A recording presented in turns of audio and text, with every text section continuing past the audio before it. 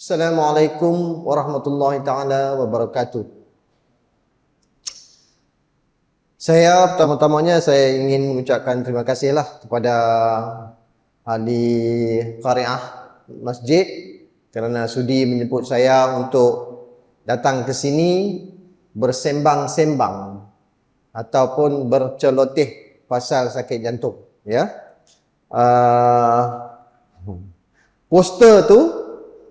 Poster yang ada tu, poster kata apa tu? Poster kata sihatkah jantung kita? Okey. Jadi bila saya tengok poster tu, saya bagi tahu kat orang zon kuliah nak buat recording, saya kata dekat orang zon kuliah, saya selalu cakap lari pada topik. So orang zon kuliah kata, ini macam orang politik ya. Tapi tak, lari pada topik tu bukan lari pada topik ke masuk ke topik politik. Tapi soalan tu, sihatkah jantung kita? Macam susah saya nak jawab. Tapi kita cuba cerita pasal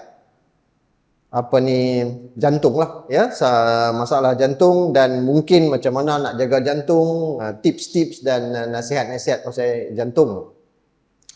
Tapi saya selalu kalau diberi peluang untuk nak bersembang macam ni, saya pernah bersembang sampai pukul 11. Boleh kan nak bersembang sampai pukul 11. Tapi tak maulah.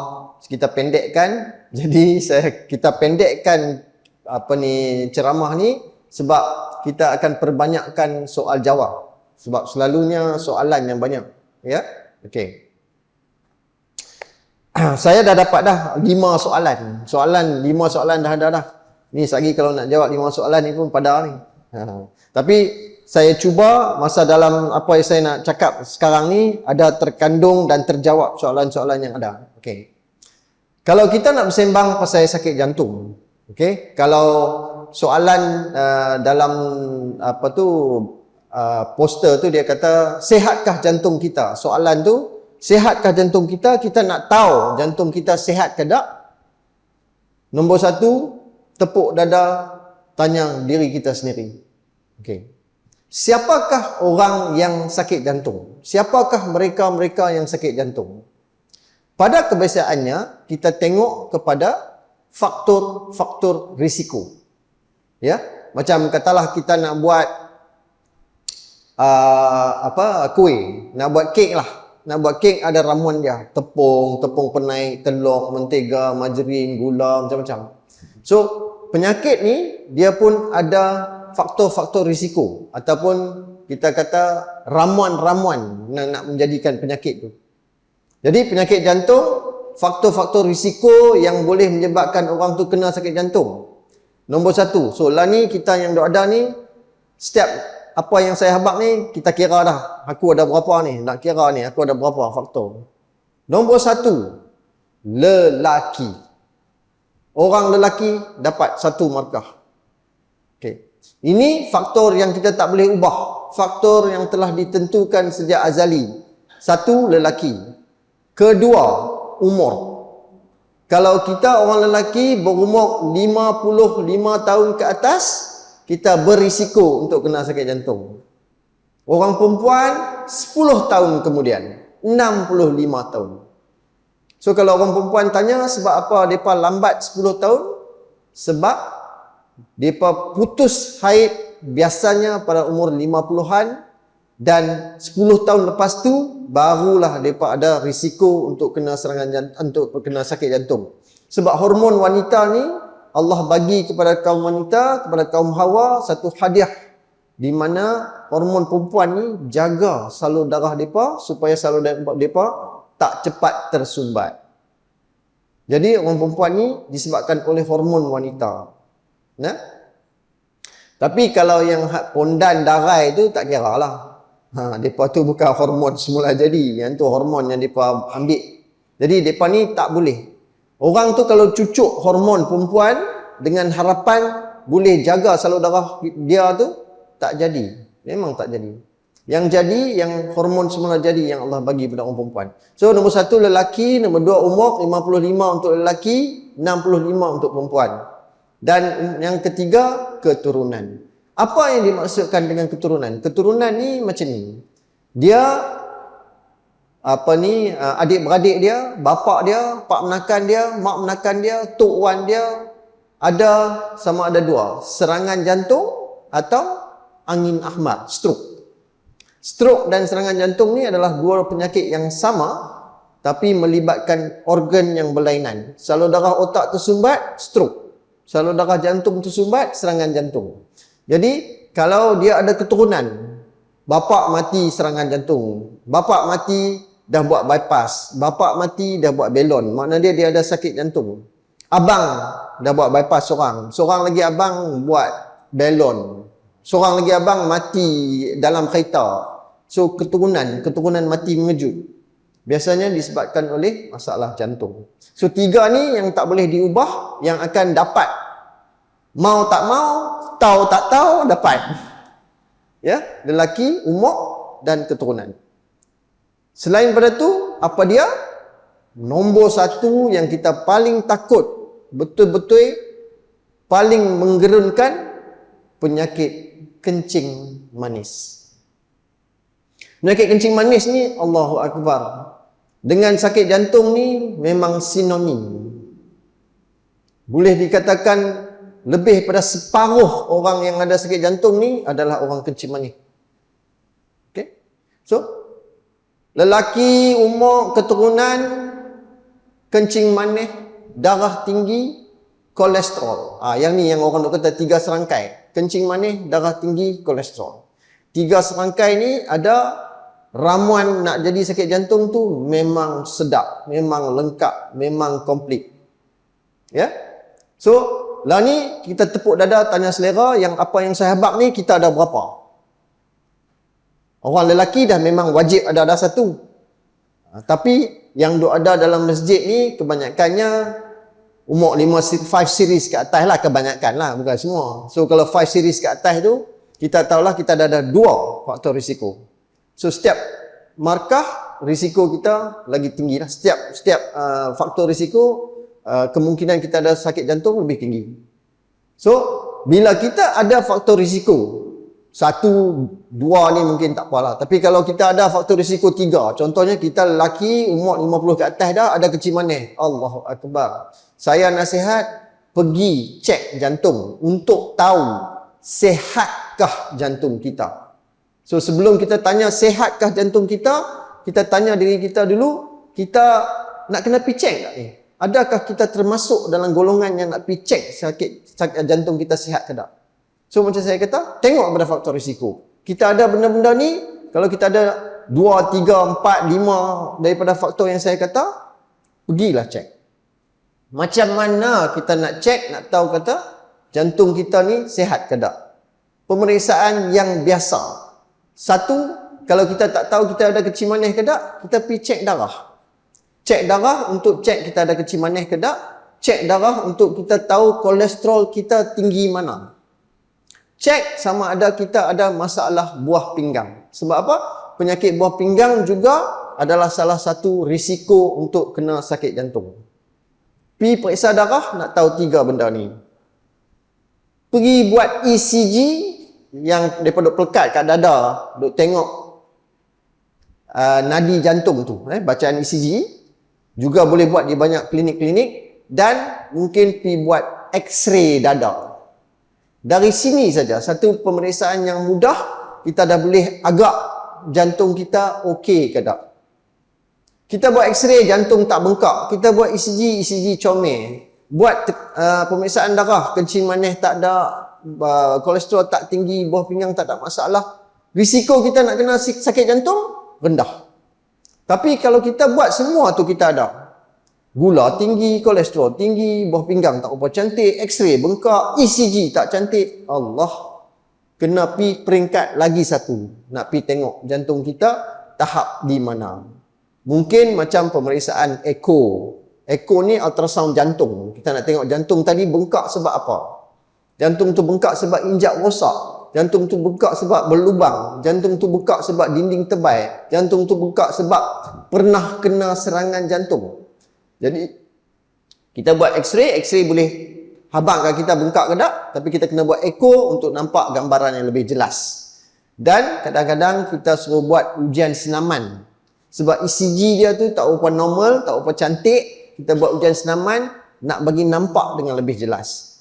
Kalau ujian senaman tak lepas, then barulah lepas tu kita pergi buat yang kata pemeriksaan angiogram. Tapi tengok salur darah kita tersumbat ke tak. Apa yang saya ceritakan hari ini adalah untuk penyakit jantung yang orang duk kena serangan jantung. Ya? Sebab penyakit jantung ni macam-macam jenis. Hak selalu yang kita dengar orang jatuh, terbalik, tergolek, mati, mengejut, serangan jantung. Tapi sakit jantung yang lain tu, contohnya jantung berlubang. Dia tak kira umur. Dia tak ada kena mengenal umur. Sebab dia beranak-beranak, dia dah ada dah. Orang yang masalah sakit injap. Sakit injap ni kadang-kadang umur muda pun dah ada masalah. Sebab masa dia budak-budak lagi, injap dia dah mula rosak. Tapi, kalau kita nak kenakan soalan sihatkah jantung kita, kalau kita bukanlah, macam saya kata, nak tengok kita ada masalah penyumbatan saluran darah jantung, kita risiko nak kena serangan jantung. Kalau bukan pasal itu, secara keseluruhannya, nak tahu kita ada masalah jantung ke tak, pergi periksa benda tu lah, ECG, X-ray. X-ray, kalau kita buat X-ray, dia kata jantung bengkak. Yang tu tak seronok lah. Sebab jantung bengkak ni banyak sebab. Jantung berlubang, jantung bengkak, injak rosak, jantung bengkak, pernah kena serangan jantung, jantung bengkak. Tapi penyebab utama jantung bengkak di negara kita, darah tinggi. Penyakit darah tinggi sahaja boleh menyebabkan jantung bengkak. Ya? Okay? So, kita ada darah tinggi saja dah cukup boleh menyebabkan jantung kita bengkak. Okay, jadi kalau kita nak tanya sihatkah jantung kita, kita tepuk dada, tanya diri kita sendiri, aku ada berapa faktor risiko? Kalau aku ada banyak, kena pergi periksa. Kena pergi periksa lah, nak tahu sihat ke tak jantung. Pemeriksaan ni, pemeriksaan darah, pemeriksaan X-ray dan ECG. Yang tu yang basic. Di mana-mana klinik kesihatan pun boleh buat, di mana-mana klinik kesihatan kerajaan pun boleh buat, klinik swasta pun boleh buat. Dan dari situ, doktor tu akan nasihatkan sama ada kita perlu buat ujian lanjut. Ya, untuk nak tahu tahap kesihatan jantung kita. Okey.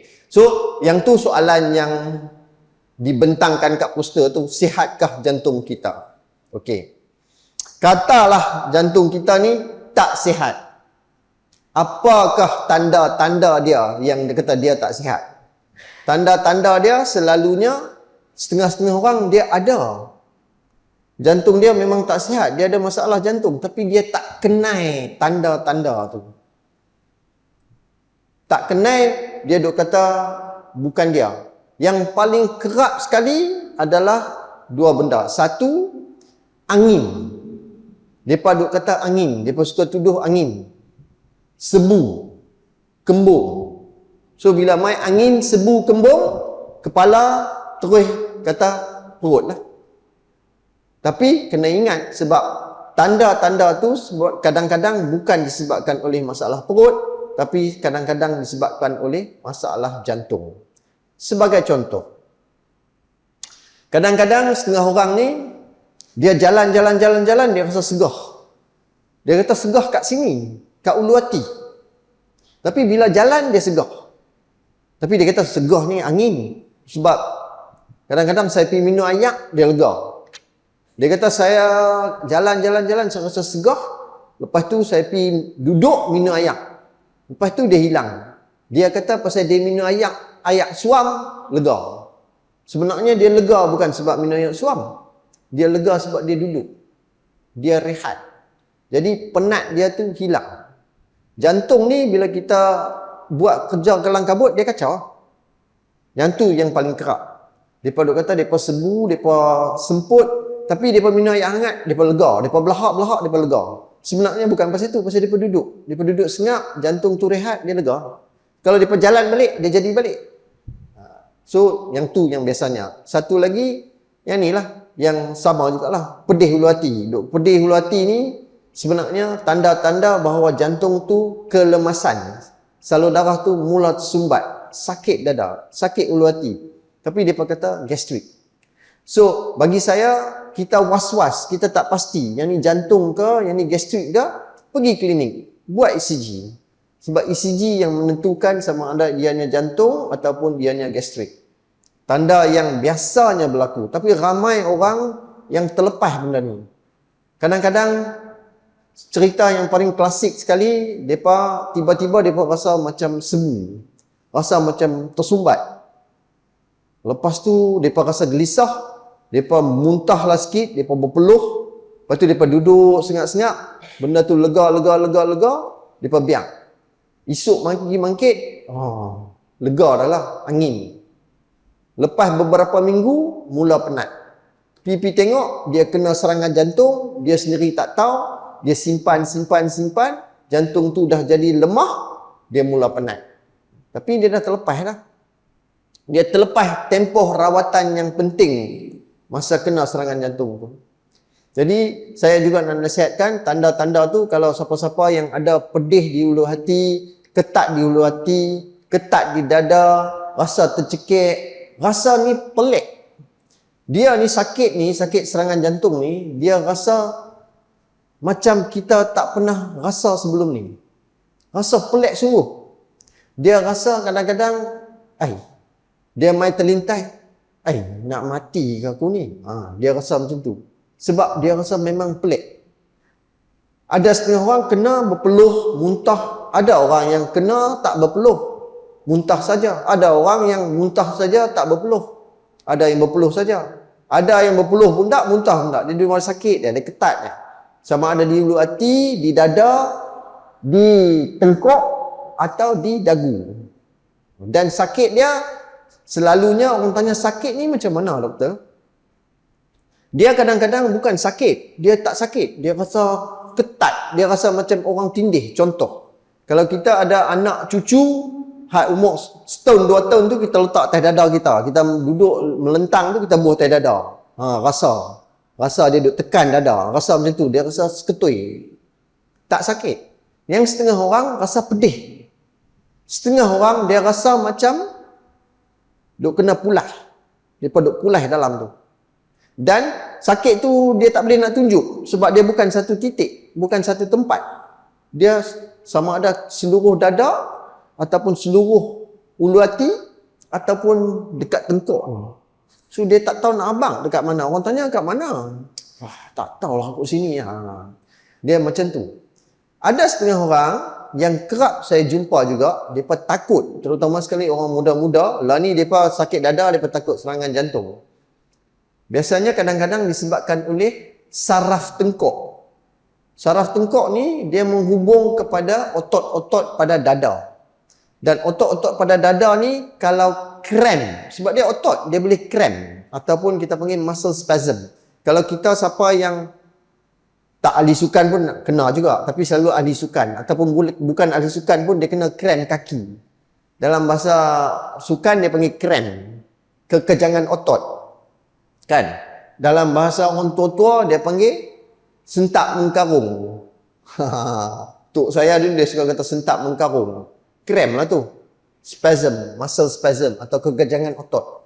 Kekejangan otot yang berlaku di kaki. Macam mana dia jadi selalu? Dia main tu mengejut.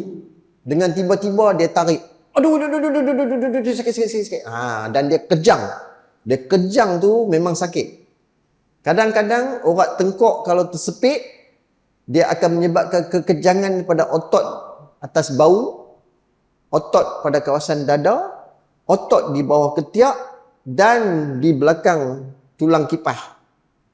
Kita akan rasa, aduh, awak ni sakit ni. Tapi otot ni sakit dia tak macam serangan jantung sebab sakit dia tersangat mengejut. Dia main ni macam orang kena cramp tu. Duduk elok-elok tiba-tiba, aduh. Dia macam tu. Serangan jantung ni dia tak main mengejut sampai macam tu. Memang orang kata serangan jantung mengejut, tapi dia main dalam tempoh beberapa minit. Mula-mula tu dia main macam kita rasa, awak rasa lain macam ni. Tapi dalam masa 2, 3, 4 minit, dia lagi, kalau Ustaz Samsuri, bahasa dia kata, lagi duk kasak. Dia lagi duk kasak. Lagi lama dia lagi duk berat.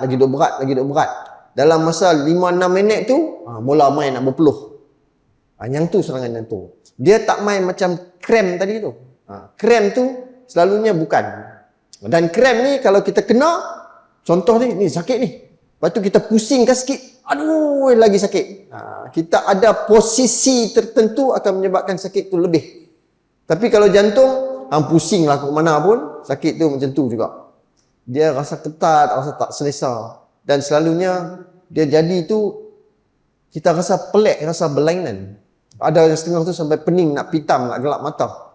Sebab jantung tu pam dah tak cantik. Ya, so ini tanda-tanda yang kerap berlaku lah. So kalau ada masalah dengan sakit dada, ketat dada, tak boleh bernafas, kita pergi buat ECG sebab kita nak pastikan benda ni serangan jantung ataupun bukan. Ya, serangan jantung ni insya-Allah saya ramai pesakit saya tengok kalau kita dapat rawatan awal, alhamdulillah. Serangan jantung ni pasal apa? Jantung ni dia nak darah yang duk bawa oksigen. Dia perlukan darah supaya dapat oksigen. Tapi bila salur darah tu tersumbat, dia tak dapat oksigen, dia tak dapat bekalan oksigen, dia akan mati. Bila sebahagian daripada jantung tu mati, dia tak boleh berfungsi lah. Jantung ni ada 3 urat. Kalau ada 3 urat, kita bahagi jantung tu kepada 3 kawasan. So kalau 1 urat tertutup, 1/3 daripada jantung akan mati. Kalau 1/3 jantung akan mati, dia tak boleh pump macam selalu. Dia tak boleh buat kerja macam selalu. Sebab dia dah kurang 1/3. Dia jadi mula lemah jantung. Jadi kita nak kena selamatkan, jangan bagi otot tu mati. So sebab tu serangan jantung, kena cepat-cepat pergi buka balik salur darah tu, supaya darah tu boleh lalu balik, supaya otot jantung tu dapat balik bekalan oksigen, dan dia boleh terus hidup, terus berfungsi. Yang kata nak buka balik yang tersumbat tu, cara yang paling murah kebanyakan hospital kerajaan buat adalah bagi ubat untuk pecahkan darah beku yang sumbat salur darah. Ubat untuk pecahkan darah beku yang sumbat salur darah tadi. Tapi ubat ni cuma berkesan dalam 50% daripada kes. Sekiranya kita kena serangan jantung, dalam tempoh sejam kita dapatkan rawatan ubat pecah darah beku tu, insya-Allah peratus berjaya lebih tinggi. Tapi itulah, memang kebanyakan kita nak sampai dekat hospital dalam masa sejam bukan susah sebenarnya, bertagak. Bukan kot, tak apa kot, tunggu ustaz lah, minum ayak kah dulu, urut kah dulu, macam-macam lah. Barulah lagi nak pergi klinik lah pula dulu, barulah nak sampai hospital. Jadi makan masa, kita buang masa di situ.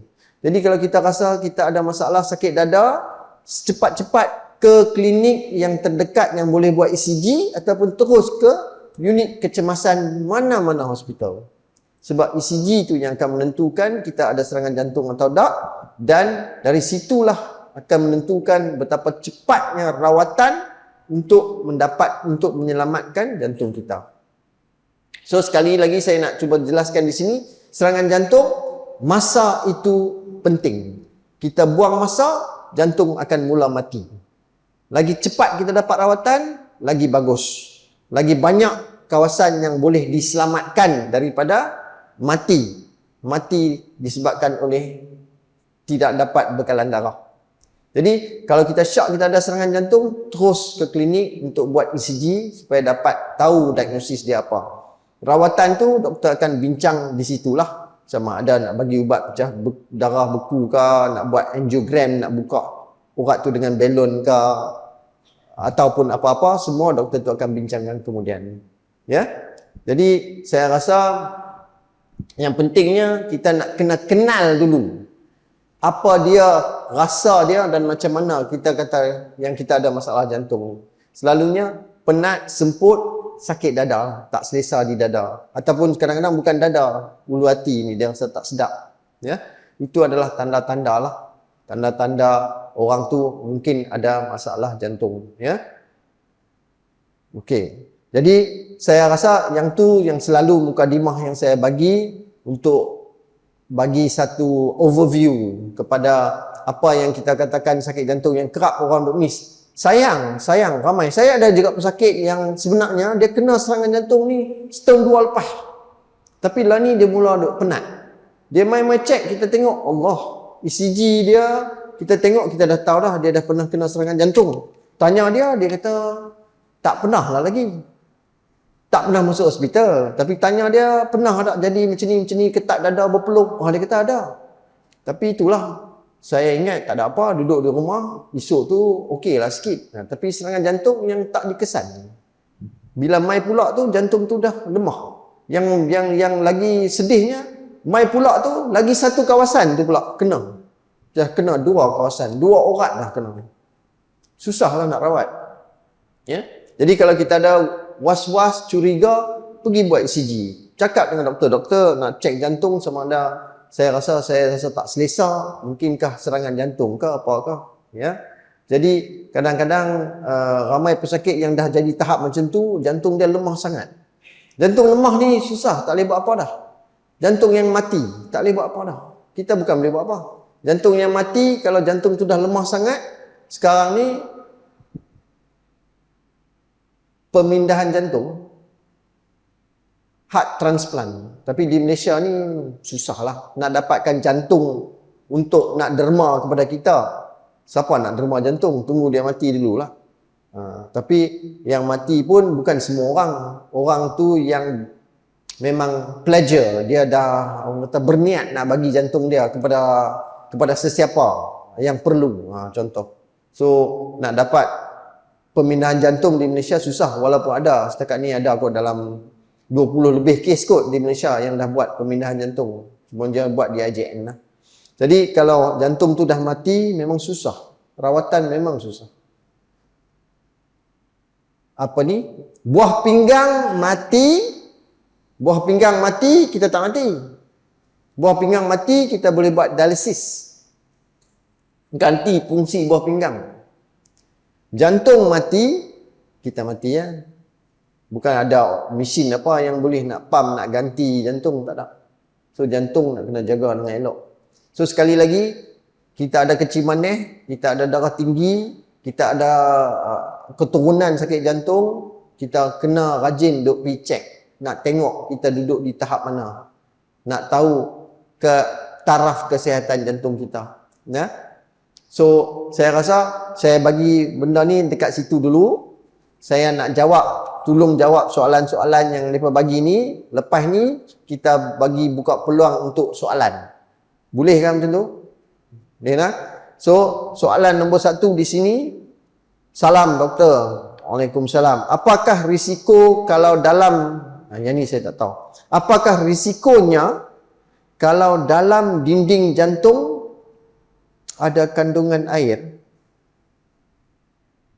Saya tak pasti apa makna dia. Dia kata, apa risiko kalau dalam dinding jantung ada kandungan air? Dalam dinding jantung tak ada air. Kadang-kadang mungkin dia tersilap, wallahualam, saya cuba nak betulkan kot.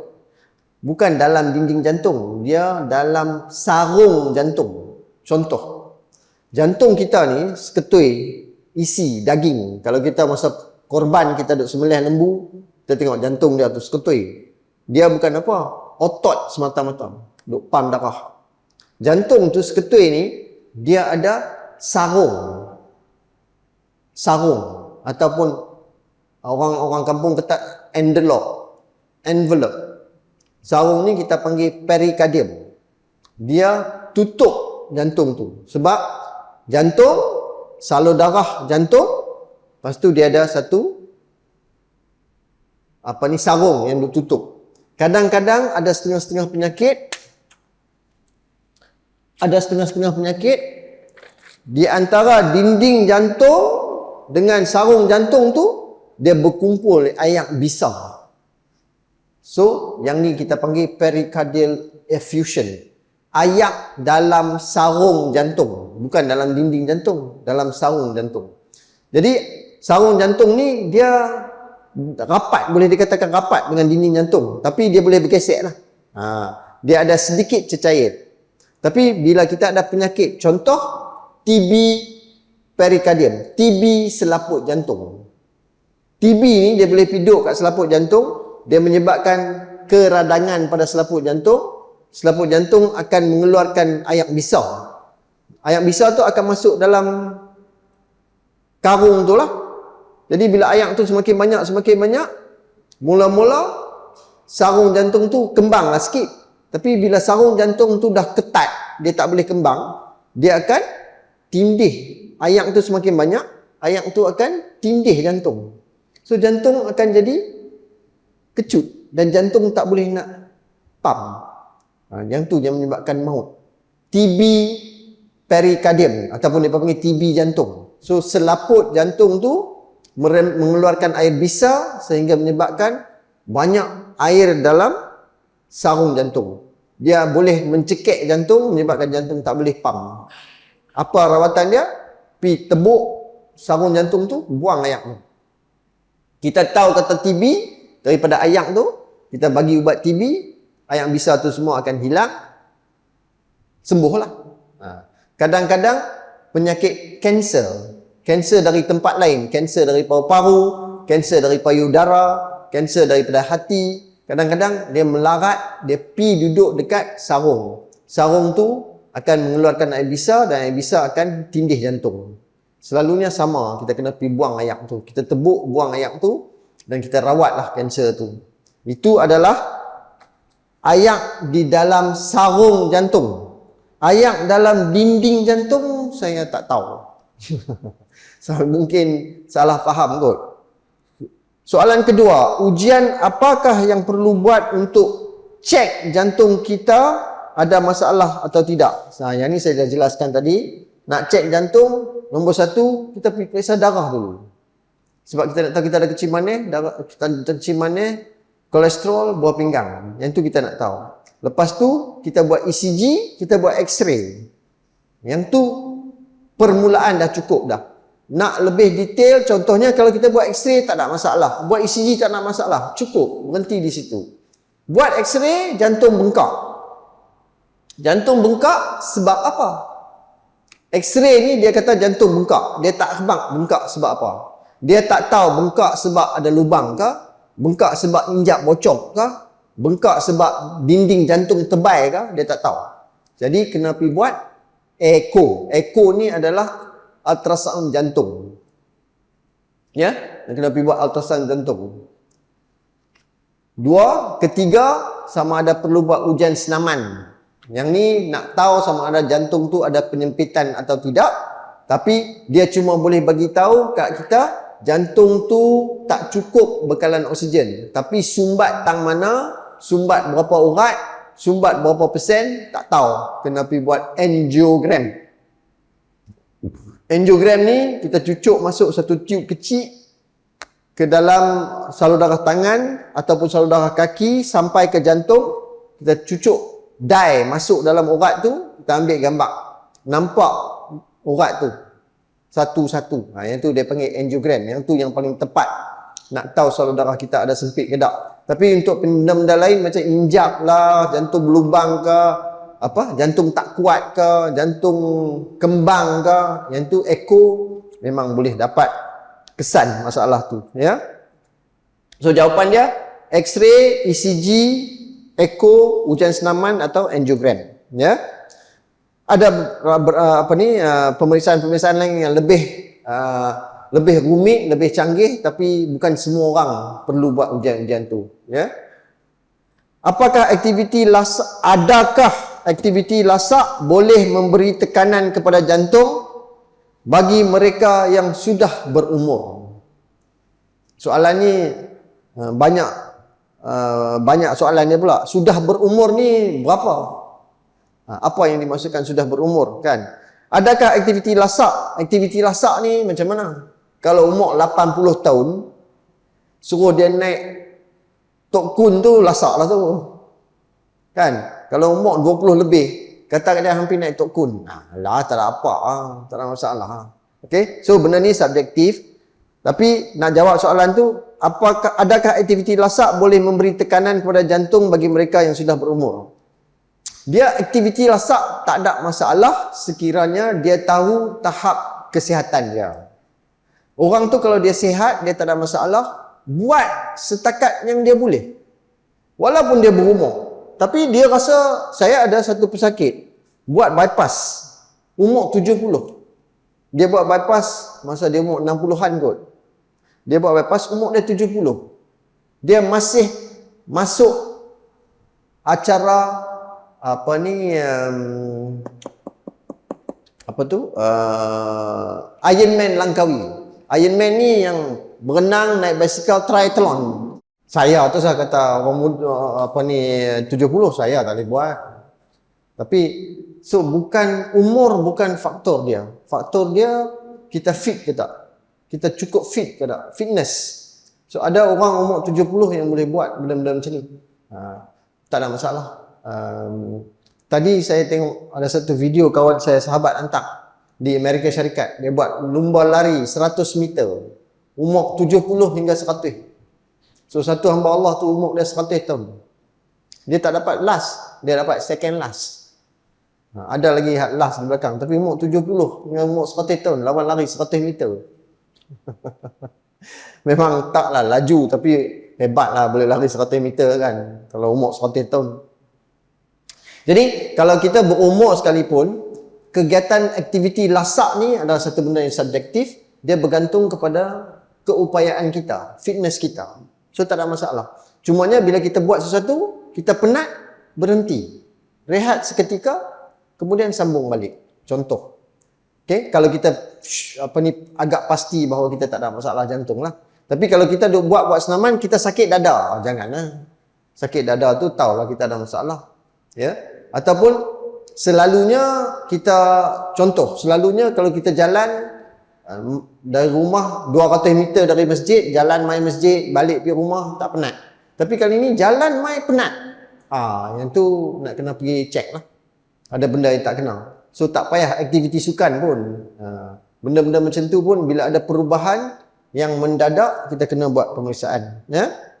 So aktiviti lasak ni bergantung apa yang dimaknakan dengan lasak, dan umur ni saya rasa tak ada masalah. Cumanya fitness. Jadi nak buat senaman apa pun boleh. Nak berbasikal pun boleh, nak jogging pun boleh. Tapi yang lebih sesuai kalau orang yang dah berumur sangat adalah cuma jalan kaki sehingga berpeluh. Ya. Dia bukan senaman ni, bukan makna dia kalau kita boleh lari 20 km satu hari, kita akan jadi lebih hebat. Bukan. Dia adalah buat senaman ni, kalau kita nak kira nadi kita pakai nadi kita. Katalah kita ambil secara ringkas, secara formula paling ringkas lah. 220 tolak umur. Katalah kita ambil 200 tolak umur. Kita umur 60. 200 tolak 60, 140. Itu maksima nadi kita. Tak mau. Tak payah maksima. Kita ambil 50%, 60% daripada nadi maksima. 140 tadi, kita ambil 80 lah. Kita boleh buat senaman. 80 tak payah senaman pun 80 dah. So kalau kita boleh jalan sampai berpeluh, nadi kita dekat 100, 120, cukup dah. 70% daripada nadi maksima. Tak kira lah buat apa. Nak lompat ke, hang nak berguling ke, hang nak apa pun, janji berpeluh. Dan nadi tu naik sikit. Ya? Itu senaman. Dan istiqamah. Buat selalu. 3 kali seminggu, 4 kali seminggu, hari-hari. Ya, hari-hari buat 20 minit. 10 minit rehat, pergi buat lagi 10 minit. Ataupun 10 minit pagi, 10 minit petang. Cukup. Bukan kita nak jadi ahli sukan. Ini senaman untuk kesihatan. Ya. Apakah kesan mengambil ubat cair darah yang terlalu lama? Okay, ubat cair darah ni ada macam-macam. Nombor satu, saya nak cuba jelaskan supaya kita lebih cerdik daripada apa yang penyalahgunaan bahasa. Yang kita kata ni, doktor lah juga yang kata ubat cair darah. Sebenarnya tak ada ubat yang boleh bagi cair darah. Darah tu kalau nak bagi cair, tambah ayak lah dia jadi cair. Dia tak boleh bagi cair dengan ubat. Darah kalau tak cukup ayak, darah ni cecair. Dia, kandungan dia adalah sel-sel darah merah, sel darah putih, sel darah beku, kandungan protein, ya, yang menyebabkan darah, dan ayak. Tu yang dia jadi macam tu, dia jadi darah. So dalam darah ada ayak. So kalau ayak tak cukup dalam darah, jadi pekat lah. So darah kalau pekat sebab tak cukup ayak. Ubat yang kita duk bagi ni sebenarnya bukan bagi cayak darah, tapi nak bagi guna bahasa tu, nak bagi senang faham, nak bagi senang lah orang tangkap. Kita nak bagi darah tu cayak buat apa? Bukan. Kita tak mau bagi darah tu berketui. Tak mau bagi darah tu melekit. Sel-sel darah tu jangan melekit, jangan bergumpal, jangan beku. So, dia ubat tak nak bagi darah beku. Tapi jadi panjang lah. Ubat tak nak bagi darah beku. Ubat cair darah. Senang. Sebab apa saya kata macam ni? Sebab banyak berlaku di hospital. Hamba Allah ni pergi hospital, pergilah nak cek darah. Dia nak ambil darah. Orang yang nak ambil darah tu pun kadang-kadang orang betul. Dia ambil darah. Oh, dia kata darah pekat tu. Dia buat komen tu, darah pekat. Betul lah, darah tu pekat. Awak taknya nak pergi ambil darah puasa daripada pukul 12 malam. Mai pukul 8, tak minum ayam. Badan kering sikit. Jadi darah tu pekat lah. Dia ambil ayam, dia kata, ui darah pekat lah. Kawan yang si Mai nak cek darah ni, dia kata, darah saya pekat lah. Wih, macam mana cerita ni? Doktor bagi ubat cair darah dah ni. Pasal apa darah aku pekat? Doktor ni mohong kat aku ni. Banyak kali. Depa Mai masuk, bila Mai dah jumpa saya, doktor nak tanya satu dulu. Nombor satu nak tanya. Doktor bukan bagi ubat cair darah ke kat saya? Saya kata, iyalah bagi ubat cair darah. Pasal apa darah saya pekat? Saya kata, macam mana you tahu darah you pekat? Tadi saya ambil darah, dia kata darah saya pekat. Allahu Akbar. Jenuh nak buat penjelasan. Sebab tu saya jelas siap-siap. Ubat cayak darah ni, tak ada ubat yang boleh bagi darah tu cayak. Ubat tu tak mau bagi darah tu mudah berketui. Tak mau bagi darah tu suka melekat. Sebab darah ni bila dia melekat sama-sama mereka, dia jadi darah beku. Okey. Jadi, kalau darah kita pekat macam mana pun, pekat sebab tak cukup air. Tapi kita makan ubat cair darah, dia tak akan berketui. Sebab kita makan ubat yang kata ubat cair darah ni, dia tak akan berketui. Sebab dia ubat untuk mencegah darah melekit. So, kita kena tukar dengan tu. Kalau orang kata ubat cair darah, bukan ubat cair darah. Ubat tak mau bagi darah melekit. Tak mau bagi darah berketui. Okey? Ubat tak mau bagi darah berketui ni, ada macam-macam tahap. Yang paling ringan dan yang paling kuat. Contoh, orang yang ada injap palsu, injap besi, injap jantung dia injap besi, okey? Ataupun orang yang pernah ada darah beku dalam jantung, okey? Mereka makan ubat cair darah yang paling kuat. Nama dia warfarin. Jangan terkejut sebab saya nak guna satu ayat ni. Saya tahu mungkin ada setengah-setengah orang makan warfarin. Benda lain daripada nama warfarin ni, racun tikus. Bukanlah dia ambil racun tikus, dia buat ubat warfarin. Dah. Ubat warfarin ni, dia buat bagi jadi racun tikus. Tikus tu makan,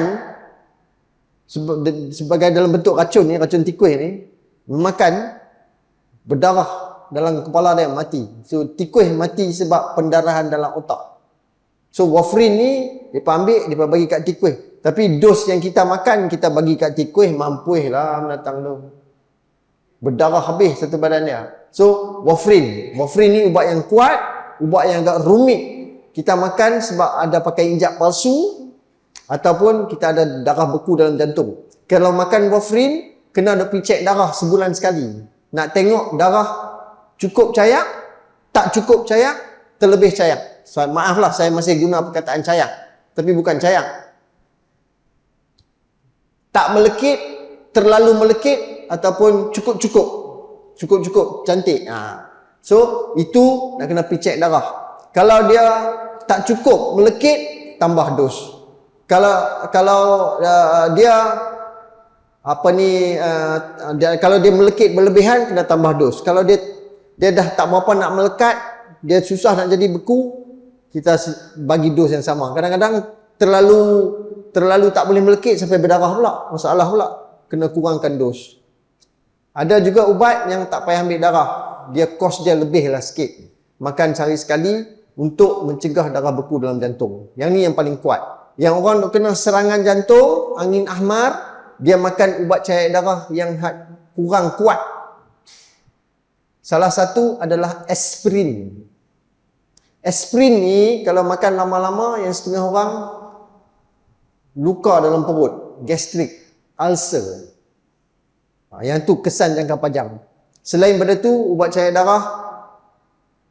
darah ni, kalau kita tak ada luka dalam perut, kita tak ada luka dalam usus, kita tak ada pendarahan, dia tak ada masalah. Sebab dia tidak menyebabkan pendarahan. Tapi kalau ada pendarahan, kacau. Kacau. Contoh, ada tong gas dalam rumah. Tong gas tu, kalau dia tak bocor, cucuh pilah api. Main pilah bunga api, dia tak meletup. Tapi kalau tong gas tu bocor, duk cucuh, dia sambat. Sama, ubat cair darah bukan menyebabkan pendarahan. Dia tak akan jadi apa masalah. Tapi kalau kita berdarah dekat mana-mana dalam badan, dia kacau. Sebab darah tu tak mau berhenti. Contoh, berdarah dalam perut sebab dia ada ulcer. Berdarah dalam usus, contohnya, dia ada buasir. Berdarah dalam hidung, ada apa-apa masalah. Jadi darah tak mau berhenti. Itu masalah. Tapi dia tak menyebabkan pendarahan. Tong gas tak menyebabkan letupan. Tapi kalau tong gas tu bocor, ada api, dia meletup. Itu nak bagi faham. Orang kata ubat cair darah, makan ubat cair darah, nanti berdarah. Kalau kita tak ada sebab, tak ada masalah, dia tak berdarah. Kalau kita ada masalah, kita pergi toreh tangan, susahlah nak berhenti darah tu. Dia berdarah, lambat berhenti. So, makan ubat cair darah, kesan, sebab kita makan ubat cair darah ada sebab. Jangan pergi makan ubat cair darah sampai saja-saja seronok-seronok. Tak mau lah. Makan ubat cair darah sebab nak cegah angin ahmar, nak cegah serangan jantung. Dengan syarat kita tak ada pendarahan di mana-mana tempat lain.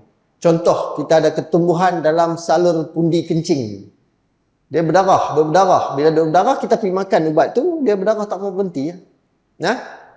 Apakah kesan mengambil lagi? Bagaimana pula dengan kes jantung berlubang? Apakah puncanya? Okey.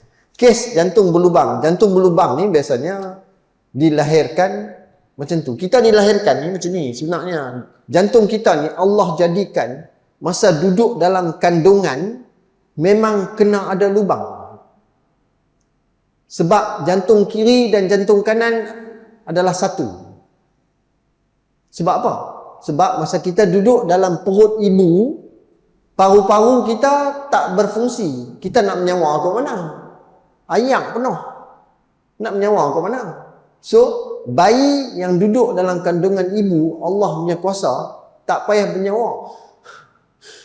Tapi, darah ada oksigen duduk jalan. Hebat tak hebat? Allah jadikan. Darah tu masuk daripada uri, tali pusat, terus kepada salur darah.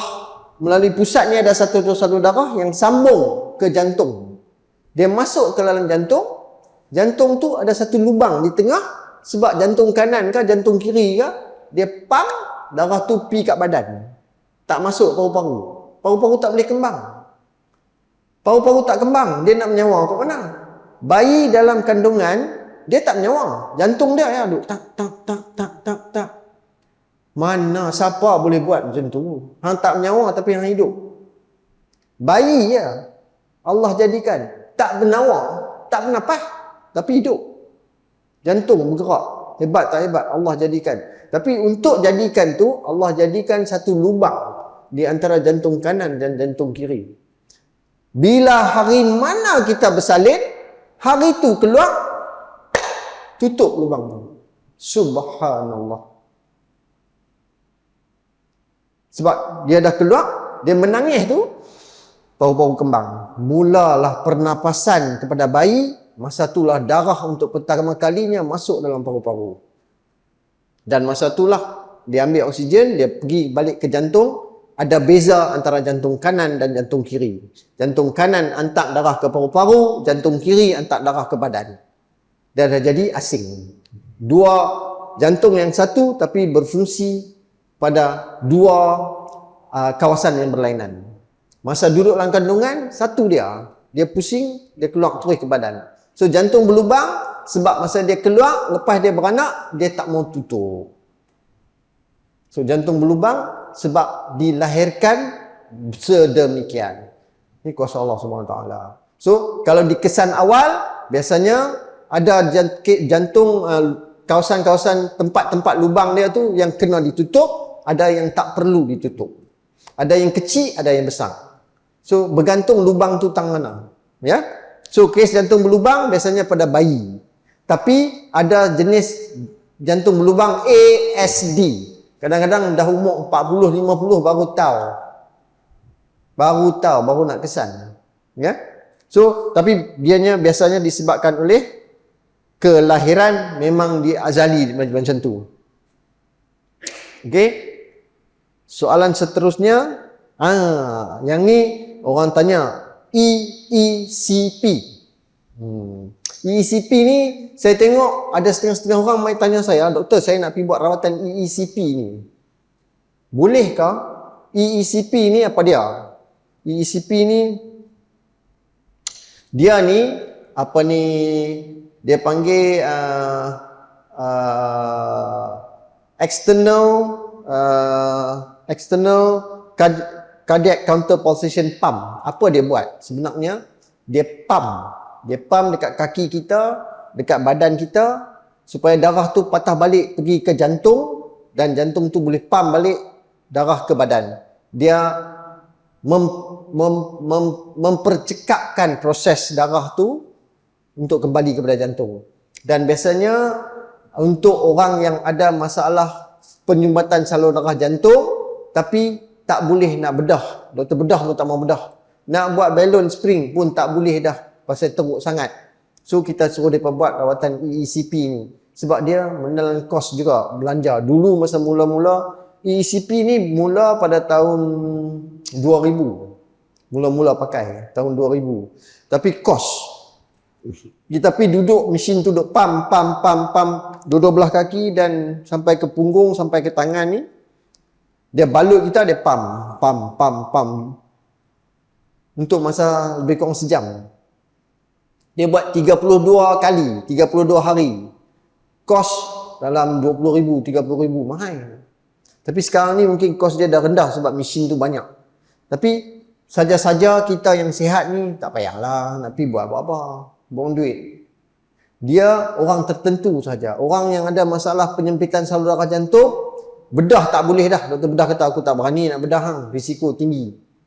Nak buat balloon, nak buat stent tak boleh. Kita pergilah buat. Jadi kena jumpa doktor jantung, berbincang dulu dengan doktor jantung nak buat ke tak rawatan EECP ni.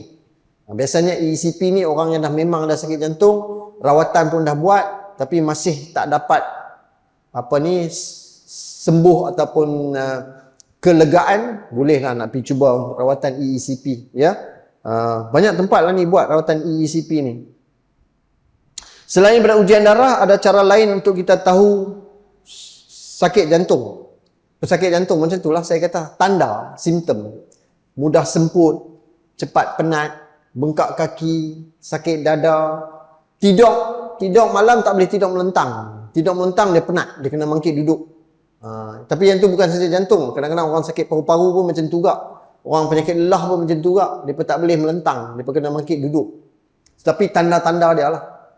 Malam tidurnya dan tak sampai setengah jam dia bangkit terdungak-dungak. Dia kena duduk. Dia duduk tu dia lega. Lepas tu dia heran lah. Yang ni yang kata dia tidur, dia kena tindih lah, apalah. Dia tak kena tindih jantung dia tu. Masalah. So tanda-tanda yang tu, yang kata ujian, macam saya katalah ujian tu, ujian darah salah satu, ECG, echo, scan atau jantung, scan ataupun ultrasound jantung, dan X-ray, ya. Apakah yang perlu dilakukan oleh ahli keluarga untuk menolong orang yang sedang alami serangan sakit jantung? Apakah pertolongan? Nombor 1, telefon ambulans. Kalau tak mau telefon ambulan, nak bawa, cepung, bawa masuk dalam kereta. Kalau ada ubat buah lidah, bagi ubat buah lidah. Jangan pakai, kalau dia ada pakai tie, buka. Longgakkan. Pakai seluar ketat, longgakkan. Itu saja yang kita boleh tolong. Ya, ada ubat buah lidah, bagi ubat buah lidah. Ada setengah orang suruh batuk. Dia kata, rengkuh batuk kuat-kuat tu. Masa dalam perjalanan nak pergi hospital, dia nak bawa ke ataupun duk tunggu ambulan ke, sementara tu nak suruh dia batuk, suruhlah dia batuk. Tapi apa yang berlaku? Komplikasi. Siapa-siapa hamba Allah yang kena serangan jantung, 30% mati tang tu. 30%. 10 orang kena serangan jantung, 3 orang akan mati tang tu juga. Tak ada nak buat apa. Sebab apa? Sebab jantung dia berhenti. Jantung berhenti, kita nak buat apa?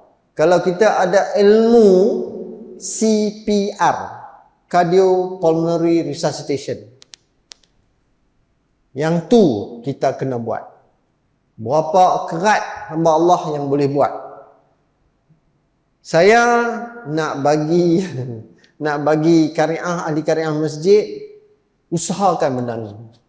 Di Pulau Pinang, dia ada satu persatuan CPR. Di negara barat, kalau kita pergi di negeri Jepun, di Malaysia ada. Di Malaysia lah ni, kalau kita pergi airport, kita pergi masjid ni ada kan? Entah-entah ada. Saya nak kata tengok ada. Ada tak tu? Alat nak tembak orang ada sakit jantung tu. AED dia panggil. Okey, AED ni kat airport di negara barat, airport, stesen kereta api, stesen minyak, semua akan ada. Untuk apa? Orang kena serangan jantung dia berhenti. Mesin ni akan bantu untuk ajak kat kita bila nak tembak.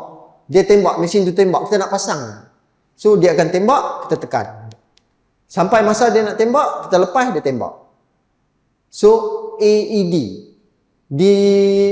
Sebenarnya tahun 2019 masa Covid, Kerajaan Negara Pulau Pinang, Majlis Agama Islam Pulau Pinang dengan kerjasama Jabatan Kesihatan Negeri Pulau Pinang, mereka ajak saya pun sekali nak buat satu program CPR untuk semua masjid di Pulau Pinang. Kita dapat kutip 1,000 orang peserta nak buat di Dewan Abdullah Badawi di Kepala Batai. My COVID, cancel. 1,000 orang peserta dan dah disediakan AED ni untuk setiap masjid. Dapat satu. Satu unit tu harga dia dalam 2,000 kot. Sebab banyak kes di surau tempat saya, ada orang tengah semayang jatuh. Tapi buat CPR ni, kita buat CPR saja, kita tak tahu apa jadi. Sebab alat tu tak ada. So, kita boleh usahakan bubuh kat dalam masjid satu AED. Masa kita nak bubuh alat tu dalam AED, kita panggil ni persatuan CPR ni, mai ajak ahli kariah. Siapa-siapa pun boleh buat. Setakat nak tekan dada tu. Sebab beza banyak. Saya nak cerita pengalaman. Kena serangan jantung, mati 30% mati di situ. Sebab apa? Sebab jantung berhenti. Nak buat apa? Siapa yang boleh buat CPR di rumah? Adalah, insya-Allah ada. Tapi satu dalam beberapa ratus orang kot. Kalau boleh buat CPR. Tapi kalau buat CPR di rumah tanpa bantuan mesin, kita tak tahu ni dapat ke tak nadi. Boleh lah. Buat pegang nadi. Tak dapat. Buat sampai ambulans sampai. Tapi kalau kita tak tahu cara nak buat CPR, kacau ke? Orang pergi tekan dada, dia pergi tekan perut. Kan? Bukan jantung tu lagi jalan, ayak perut semua keluar. Kacau. Sebab ayak perut tu keluar, dia masuk dalam paru-paru. Tak pandai tekan, jangan tekan. Tak tahu, jangan pergi duk tekan. Tekan salah tempat kan? Ataupun tekan bukan dada, dia pergi tekan jantung. Patah, pergi pecah habis-habis. Saluran pernafasan ni tak pasal ya. Selagi mereka tu nak main buat, tak boleh buat. Okay, so keluarga kalau nak buat boleh buat CPR tu lah. Tapi kalau jantung berhenti, 30% akan berhenti di rumah, akan mati di rumah. 20% mati dalam masa 48 jam. Siapa kena serangan jantung dalam masa 48 jam? 50-50. 30 mati di rumah, 20% lagi mati dalam masa 48 jam. Di hospital ke, kalau tak mau pergi hospital, duduk di rumah tu mati lah lepas 48 jam. So orang kena serangan jantung 50-50 lepas 2 hari. Ingat. Tapi yang paling tinggi sebelum sampai ke hospital tu lah 30%. Ni saya nak cerita pentingnya CPR. Saya ada beberapa kes di mana rezeki Allah punya kuasa. Sampai bawa masuk dalam bilik kecemasan tu, tak ada nadi, tak ada pernafasan, tak ada. Buat CPR. Okey, alhamdulillah, pergi buat angiogram mama, balik rumah jalan kaki. Ni yang orang kata mati hidup semula. Mati hidup semula. Okey? Tapi nak cerita juga kebesaran Allah Subhanahu Wa Taala, kes di mana kena serangan jantung. Ni depan mata saya, pesakit saya tak malu nak cerita. Bukan kelemahan kita. My hospital kena serangan jantung. Okey? Jadi kita pergi buat angiogram dengan segera. Tunggu orang nak main, saya punya tim nak main, nak buat. Masa tunggu tu, jantung dia berhenti. Jantung berhenti. Ni di hospital, di ICU. Pam dada, buat CPR dengan semua alat yang dah ada. Sejam buat CPR. Tak dapat. Habis, mati. Kuasa dia lah. Dia nak mati, hang duduk dia dalam hospital pakar pun, hang duduk dalam apa-apa yang ada pun, dia nak ambil nyawa kita, ambil lah. Tapi yang hebatnya, yang dah tak ada nadi ni, kalau mai kita boleh buat CPR, alhamdulillah. Bukan kita menghidupkan orang yang mati, tak. Jantung kita dah berhenti, dia ada satu tempoh sebelum orang tu mati. Masa tu kita kembalikan. Sebab masa kita pump tu, darah tu jalan balik. Sementara jantung tu nak pump balik. So, nak belajar buat CPR lah. Yang tu saya bagi satu cadangan. Sebab Masjid Abdullah Fahim ada. Masjid Abdullah Fahim ada. Ada dah AED tu. Masjid Teluk Air Tawang ada AED tu. Tapi ada satu kot. Satu masjid ada satu pun cukup lah. Satu pun cukup lah. Dan untuk kareah, siapa yang nak reti pakai, senang sangat nak pakai. Memang senang. Dia cuma pergi pasang, dia tunggu. Mesin tu kata apa? Mesin tu kata tekan dada. Tekan lah. Lepas tu dia akan cek ada nadi ke tak ada ke, semua mesin tu cek. Dia duduk cakap dengan kita. So senang sangat. Okey, soalan yang last ni, tolong tanya doktor, adakah stres yang melampau adalah salah satu punca untuk serangan jantung? Ini soalan ni saya cerita kat orang, kadang-kadang orang kata betul ke doktor ni? Stres bolehkah menyebabkan serangan jantung? Jawapan dia memang boleh, dah terbukti banyak kali. Dia ditakrifkan oleh doktor di Jepun. Doktor di Jepun. Orang yang kena serangan jantung ni, dia kena serangan jantung pada satu kawasan jantung yang tertentu dan menyebabkan jantung tu jadi bentuk macam bentuk bubu. Di Jepun ada satu jenis bubu yang mereka duk tangkap sotong. Dia panggil takosumo. Dia perangkap sotong. Bentuk dia tu macam bubu lah, tapi bubu kita macam tu. Ni tak, dia macam mana nak kata bentuk, macam bentuk botol ayam. Botol ayam Arab tu. Bentuk dia macam tu. So, orang yang kena serangan jantung disebabkan oleh stres, satu bahagian jantung dia mati. Pi buat angiogram, salur darah tutup, tapi tak ada darah beku, tak ada apa. Dia disebabkan oleh stres. Biasanya berlaku kepada orang perempuan yang ada stres yang mengejut. Contoh, tiba-tiba anak dia meninggal. Tak ada sakit apa anak dia meninggal. Dia terlalu stres, dia kena serangan jantung. Dia panggil takusubu kardiomyopati. Serangan jantung disebabkan oleh stres yang melampau. Memang ada. Di Malaysia pun ada. Saya tak pernah jumpa lagi, tapi sahabat saya di Hospital Lamai ada dah 2-3 kes yang dia jumpa. Kes ni. Dia tak ada apa pun, dia tak ada kecil manis, dia tak ada darah tinggi, dia kena serangan jantung disebabkan stres yang melampau. Stres yang melampau lah contoh lah saya bagi. Accident. Suami mati, anak mati, itu stres melampau. Kan? 2-3 orang saudara mati, dia seorang. Tak boleh terima stres tu, kena serangan jantung. Tapi ini bukan semua orang. Sebahagian orang yang tertentu. Wallahu alam. Siapa yang akan kena, wallahu alam. Ya? Dia panggil takusubu kardiomyopati. Okey, so yang tu saja soalan-soalan yang ada kat saya. Sekiranya ada siapa-siapa lagi yang nak tanya soalan, boleh saya nak turun jawab. Sekiranya saya boleh jawab lah. Ada tak siapa-siapa lagi yang nak tanya soalan? Sebab kalau tidak, kita nak dekat nak habis dah ni. Apa-apalah, soalan mengenai apa-apa pun kesihatan. Sebab kalau tak ada soalan, sebelum saya tutup, sedikit lagi. Khutbah kedua. Oh, ada soalan daripada Amir bagi soalan. Okey.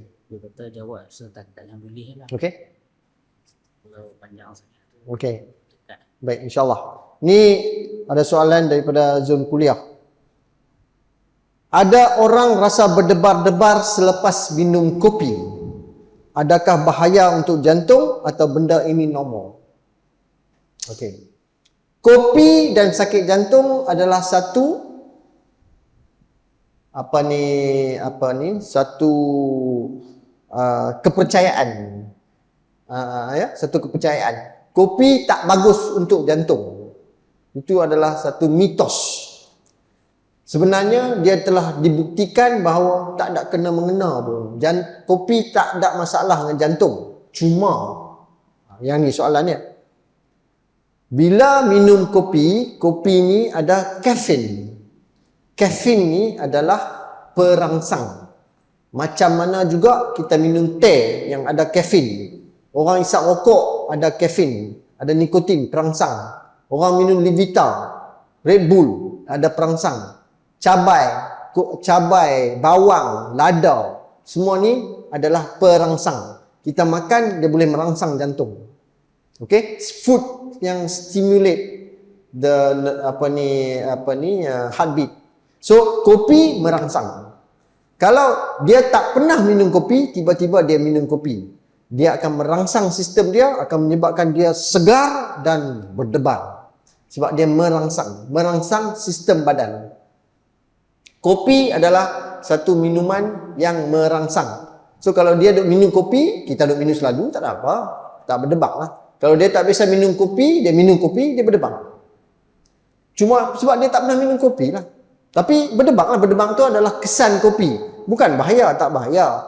Cuma kopi itu merangsang dia. Okay? So, kopi adalah satu perangsang. Kalau tak boleh minum, jangan minum. Tapi kebanyakan orang minum, macam setengah orang, dia kena minum kopi sebab dia rasa dia mandom, dia minum kopi. Dia segar. Sebab dia perangsang. So, dia bukan bahaya kepada jantung. Cuma dia merangsang. Siapa yang memang nadi dia dah laju, dia tak pernah minum kopi, dia pergi minum kopi, dia rasa tak selesa. Pasal lagi laju. Ya? Berapa cawan kopi yang boleh minum kalau pernah ada masalah jantung? Kopi untuk orang lelaki tak ada kesan mudarat kepada jantung. Sekiranya dia minum, kita cerita 3 cawan sehari. Untuk orang perempuan, kalau minum moderate consumption ni adalah 3 cawan sehari. 3 cawan sehari, orang perempuan, kopi menjaga jantung. Untuk orang perempuan. Pasal apa jangan tanya saya. Kajian kata macam tu. Orang perempuan bagus minum kopi, bagus untuk jantung. Orang lelaki kopi tak ada kesan apa-apa. Bagus pun tak bagus pun tak, mudarat pun tak. Tapi untuk orang perempuan ada sedikit kebaikan dalam risiko sakit jantung. Orang perempuan 3 cawan. Ya. Okey, saya harap saya jawab. Kopi yang lebih selamat, kopi yang mana? So saya kata kopi semua lebih kurang.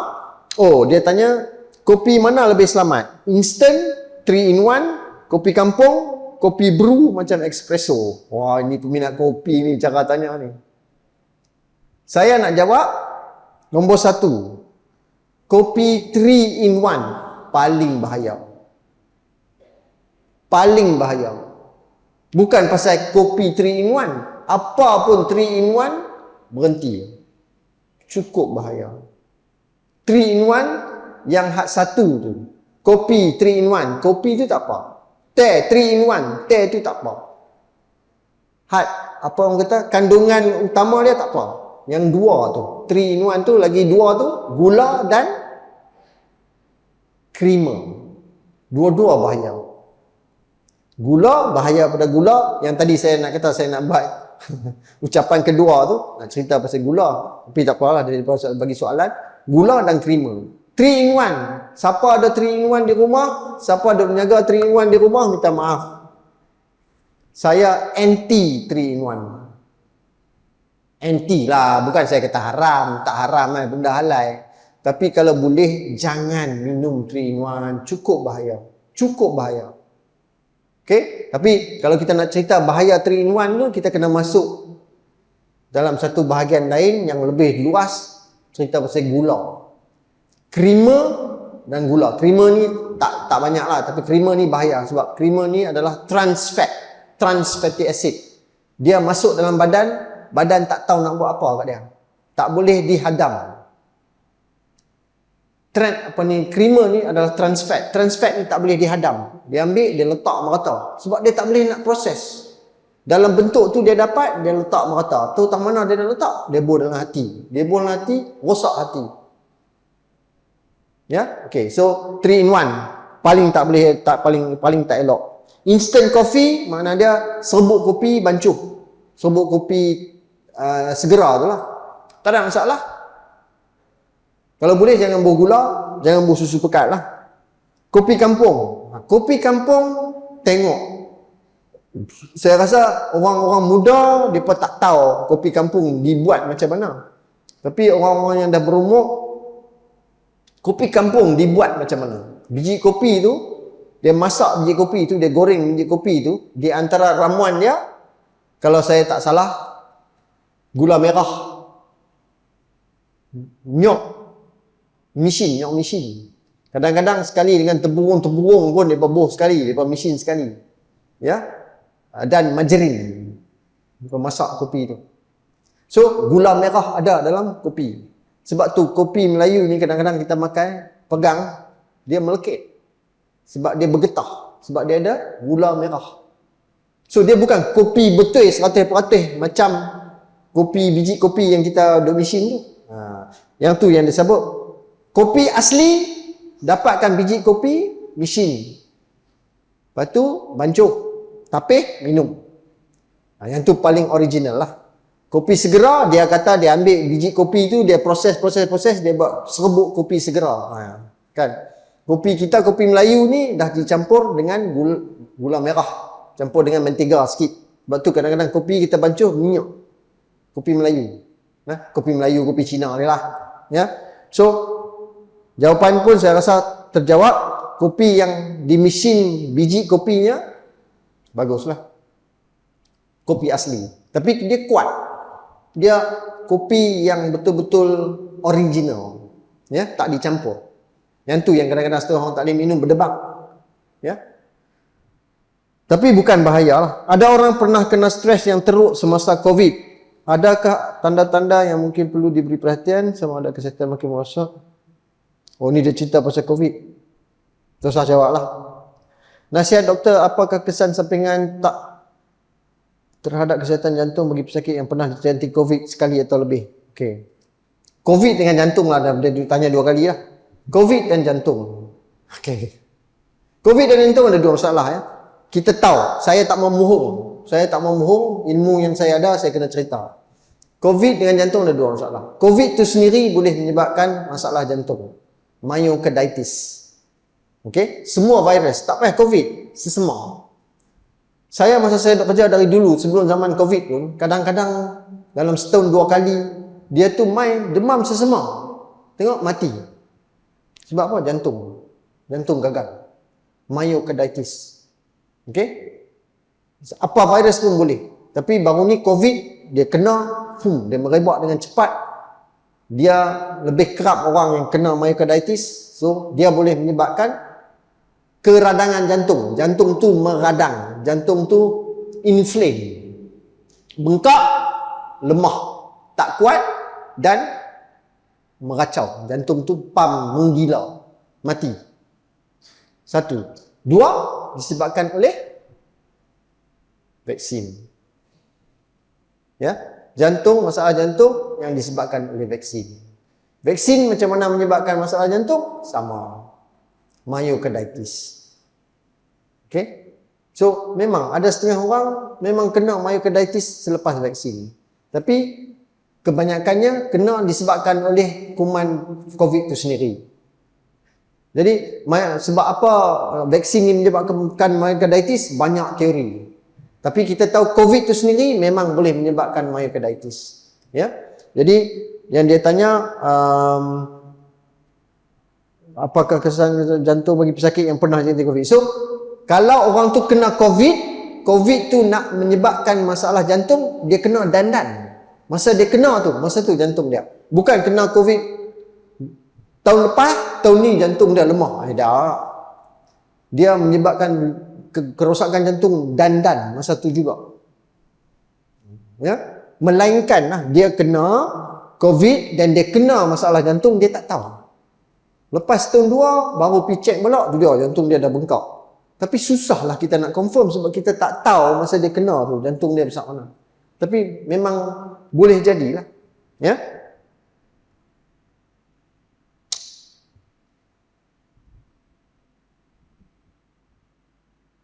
Kalau ada tanda-tanda yang merisaukan tentang jantung, dia duk risau dia ada sakit jantung. So dia tanya, langkah terbaik adalah ke hospital dan buat check up. Tapi kadang-kadang temu janji di hospital kerajaan ambil masa yang lama. Apa tanda-tanda yang mungkin perlu kita berikan perhatian untuk cepatkan proses rawatan? Okey, itu ya. Itu dia datang. Nak jawab soalan 6 ni mau sejam. Okey, ini susahlah, agak sensitif. Hospital kerajaan ni bukan apa? Tak salah hospital, bukan salah hospital. Manusia ramai. Tak tahulah kita kalau sembang, dia jadi cerita masuk politik lah, apalah kan, susah sembang lah. Tapi hospital kerajaan ni bukan mereka tak mau buat, mereka tak dan, ramai. Iyalah jawapan dia, pasal apa tak mau bagi cukup? Soalan dia lah, kan? Bagilah cukup. Tapi susah lah nak jawab. Tapi soalan dia, jawapan dia macam tu. Sebab tu pergi private, macam saya kat private. Boleh tak? Boleh lah. Sebab apa? Tak ramai. Dan lah. Tapi hak poket pun nak kena dan lah juga. Hak poket tu tak dan tu, mereka pun tak tengok. Okay, so susah lah nak jawab, benda ni sensitif. Tapi kerajaan, mereka buat terbaik. Saya pernah kerajaan buat yang terbaik. Kerajaan ni, hospital kerajaan ni, mesin dia lagi bagus daripada mesin di private. Anytime. Dia punya scanner, CT scan, MRI, lagi bagus daripada mesin di hospital swasta. Lagi bagus. Tapi apa masalah dia? Masalah dia, mesin CT scan, satu mesin CT scan, 1 juta orang nak pakai. Hak private, satu mesin, 10,000 orang nak pakai. Kan? Lingkup pahana bila hang bagi mesin terhebat di dunia pun 1 juta orang pakai lingkup.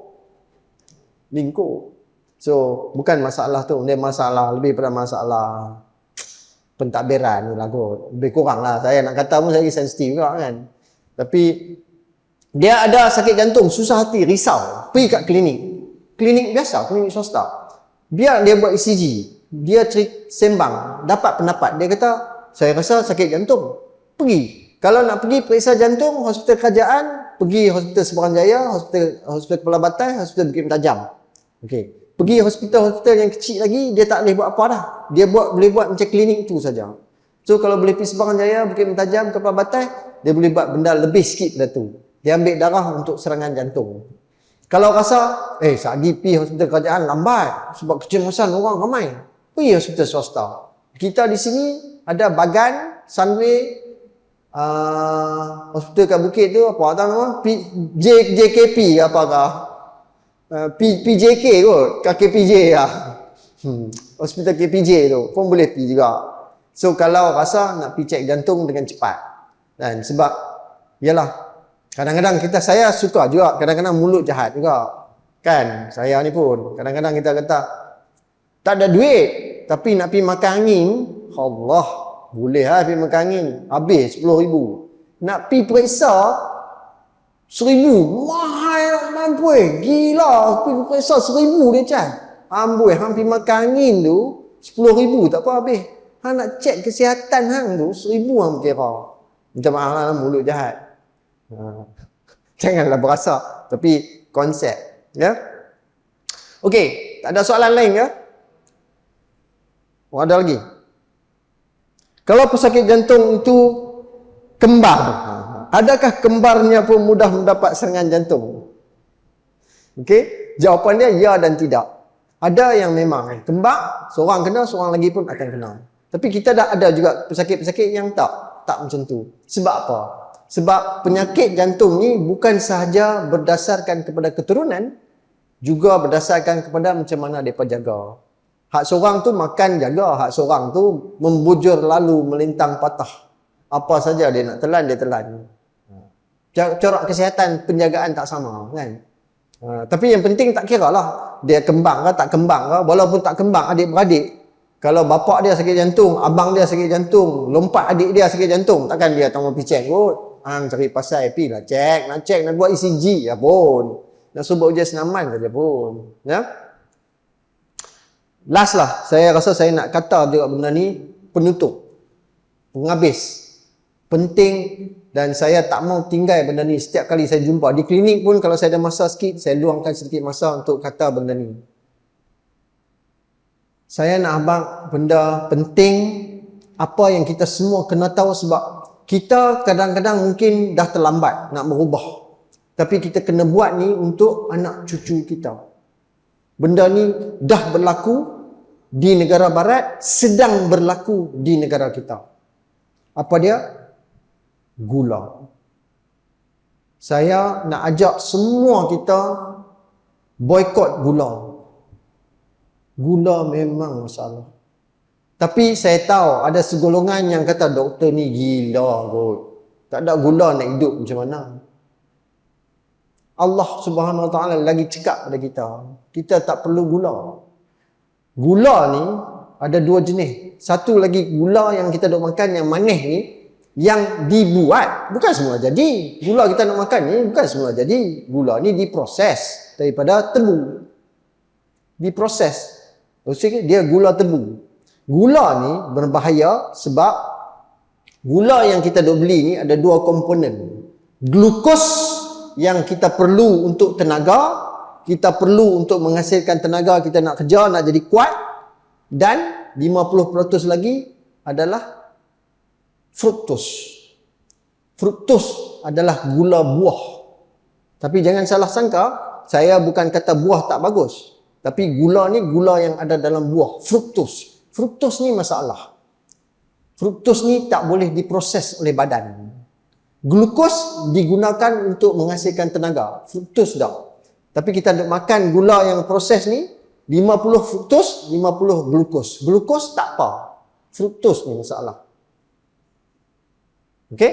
Tapi kita sendiri tahu bahawa glukos ataupun bagi kita glukos ni gula adalah dalam bentuk yang kita duk makan hari-hari, tak manis tapi gula. Masuk dalam badan dia jadi glukos. Kanji. Kanji bukanlah kanji kita duk buat masa Moreh tu. Kan? Apa? Lah ni orang panggil bubuk lambuk. Dulu orang kampung panggil kanji lah. Kanji ni apa-apa nasi, beras, tepung gandum, okey, tepung jagung, apa-apa yang bertepung ni, roti, semua ni kanji lah. Benda kanji ni Allah dah jadikan dah. Pilah tanya ahli sains mana pun. Tak payah pergi tanya ahli sains, pergi tanya cikgu sekolah sains, depa pun boleh cerita. benda kanji ni masuk dalam badan, dia pecah jadi glukos, jadi gula. Tak payah makan gula. Tapi sejak kita dari kecil kita duk makan gula, lah ni nak suruh kata jangan makan gula. Sebab apa susah? Apa yang menyebabkan kita susah nak tinggal gula? Fruktos ni. Fruktos ni dia main lekat dalam kepala kita, menyebabkan kepuasan, ketagihan, kenikmatan. Bukan glukos. Glukos ni kalau kita pergilah ke kedai farmasi, kita kata, "Lu jual glukos kan?"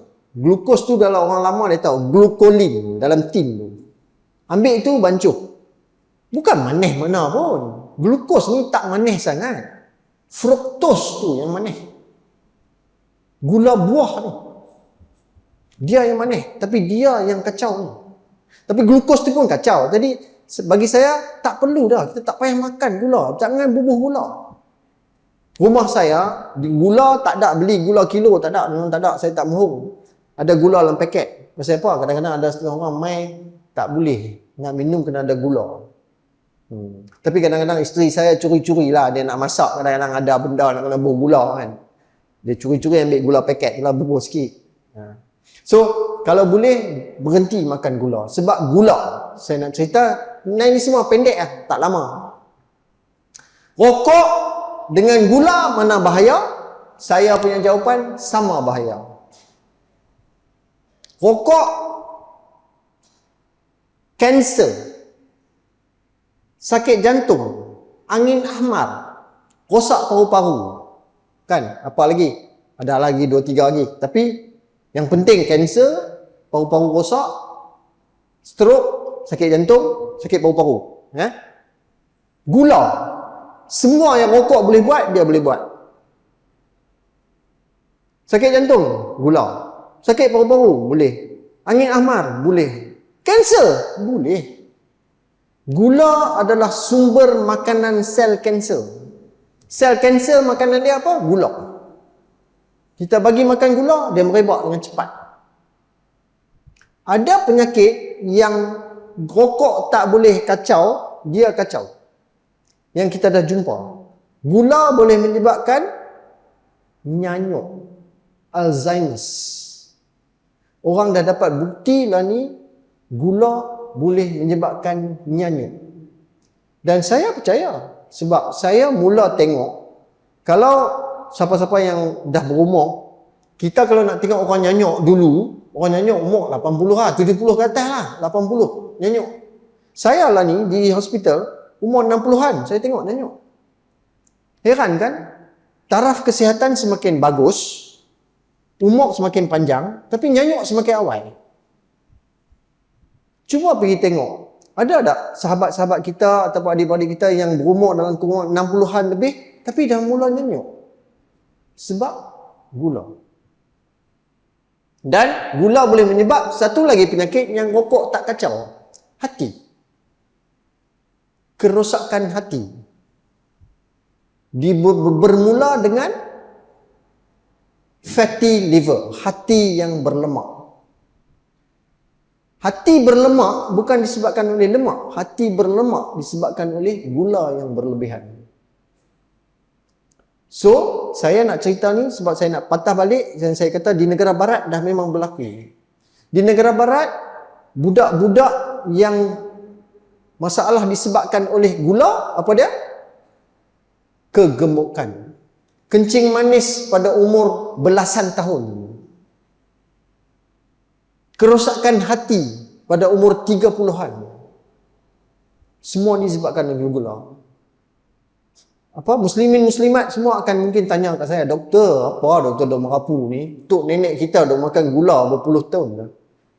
Saya nak tanya balik, tok nenek kita makan gula bila? Minum pagi, bangkit pagi minum ayak, bancuh kopi, kuih kot ada gula sikit. No, depa pi bendang, nak pergi kerja jalan kaki kayuh basikal, tak ada apa, gula tadi semua habis bakang. Kita lah ni, nak pergi kerja, kalau boleh, nak angkat motor tu buah dalam office. Tak mau jalan. Kita tak bakang. 1, 2, penggunaan gula semakin meningkat. Ayam yang ada gula. Saya ingat masa saya kecil-kecil dulu, main, dahaga pergi minum air pahit lah. Taklah air pahit, ayam sejuk dalam peti ais tu hebat lah tu, boleh minum ayam tu. Lah ni buka botol ya. Tak buka botol, Tea Life. Tak Tea Life, Starbucks, apa, ayam. Teh tarik dulu kena pergi beli kedai mamak. Lah ni singgah kedai tepi jalan kan, dia kacau. Teh ais, kopi ais. Kita minum benda manis ni, subhanallah. Benda yang saya tak pernah tengok. Saya dah jadi doktor dekat 30 tahun. Tahun ni saya tengok seorang tu adalah anak kepada sahabat. Umur 20 lebih kena serangan jantung. Sebab apa? Rokok tak hisap. 28 tahun kena serangan jantung. Saya ada seorang lagi muda, 26 tahun kena serangan jantung. Sebab apa? Pemakanan. Nombor 1, gula. Gula ni dalam banyak makanan ada gula. So kita pergi duk makan lagi gula. Tahu tak kita dalam sos, chili sos, tomato sos ada gula. Kita doktor merapu chili sos pedas ada gula apa? Tak percaya pergi tengok dekat botol chili sos.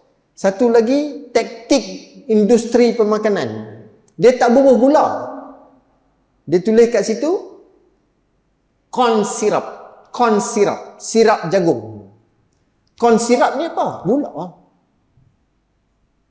Corn syrup gula. So, dalam pemakanan, chili sauce, ni saya suka ni ayat yang saya suka kata lah ni. PKFC nak makan ayam, 3 kali ceret, sos.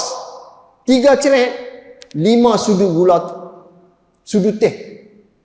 Doktor rapu doktor, ceret tu pun tak sampai 5 sudu. Sampai 5 sudu kecil. Tapi takkan gula banyak tu? Yalah. Gula dia dah buat jadi cayang. Kita ambil gula 5 sudu, kita masak. Banyak mana? Sikit lah. Tapi sebab manisan gula tu menyebabkan ketagihan. So sekarang ni bukan ketagih dadah. Kita ketagih fruktos. Ketagih gula. Gula jahat. Allahu Akbar. Ada setengah-setengah orang dia kata doktor ni makanan, dia kata jahat. Bukan. Gula ni bukan makanan. Gula ni diproses, buat. Kita tak perlu. Dia bukan makanan. Gula ni adalah benda yang diproses. Kita nak makan manis, makan buah. Tadi saya kata fruktos, gula buah. Dia tak boleh diproses. Allah jadikan buah untuk makan, bukan untuk buat jus. Fruktos, kita buat jus. Jus tu masuk, semua fruktos dalam jus tu masuk dalam badan. Habis masuk dalam badan 100%. Kalau kita makan buah, fruktos yang diserap bukan 100%. Mungkin dalam 30-40% je. Sebab apa? Allah jadikan buah tu ada serat. Serat ni dah yang menghalang fruktos daripada diserap sepenuhnya oleh badan. Dia tak boleh serap sepenuhnya oleh badan, dia turun. Pergi kat usus. Tahu tak kita ada usus kita ada kuman baik. Kuman untuk nak hadam makan. Kalau kuman ni tak ada dalam usus kita, ingat apa jadi kat kita? Dia tak jadi taik tu. Sebab dia tak hadam makanan tu. So kuman ni, Allah jadikan kuman dalam usus ada kerja untuk kita. Dia nak kena makan. Apa makanannya? Gula lah juga.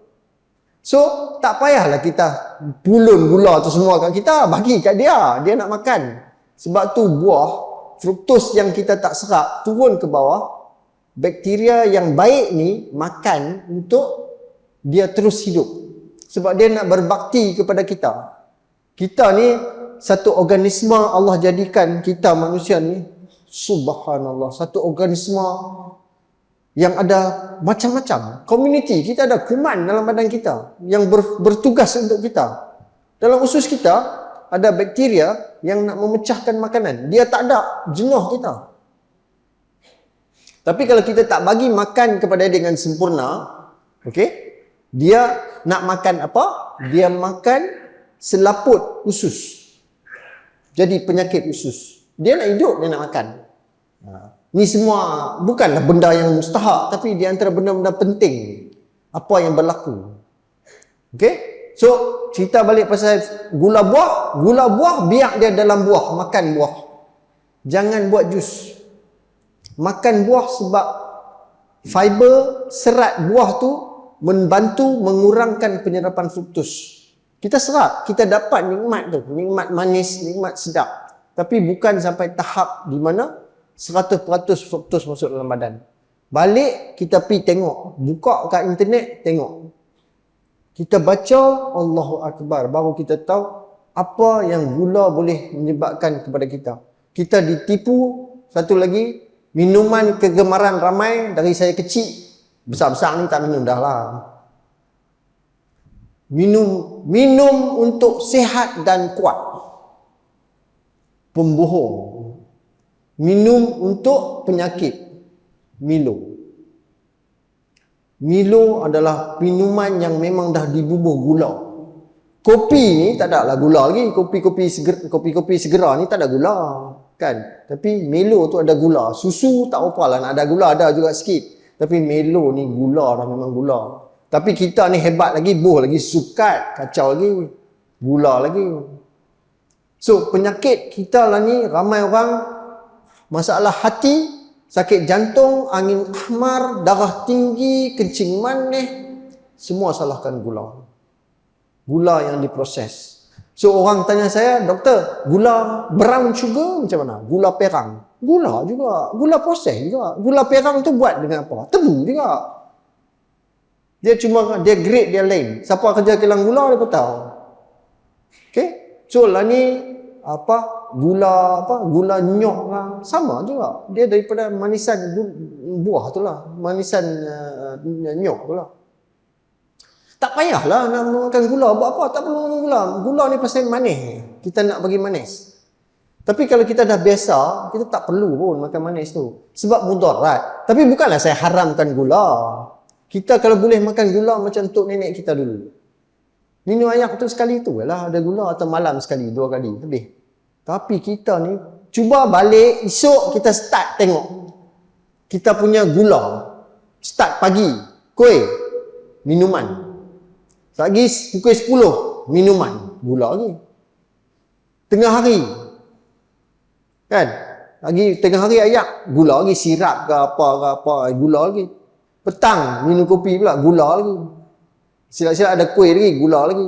So gula ni, gula. Ni saya tak campur lagi sos, biskut, kek, biskut.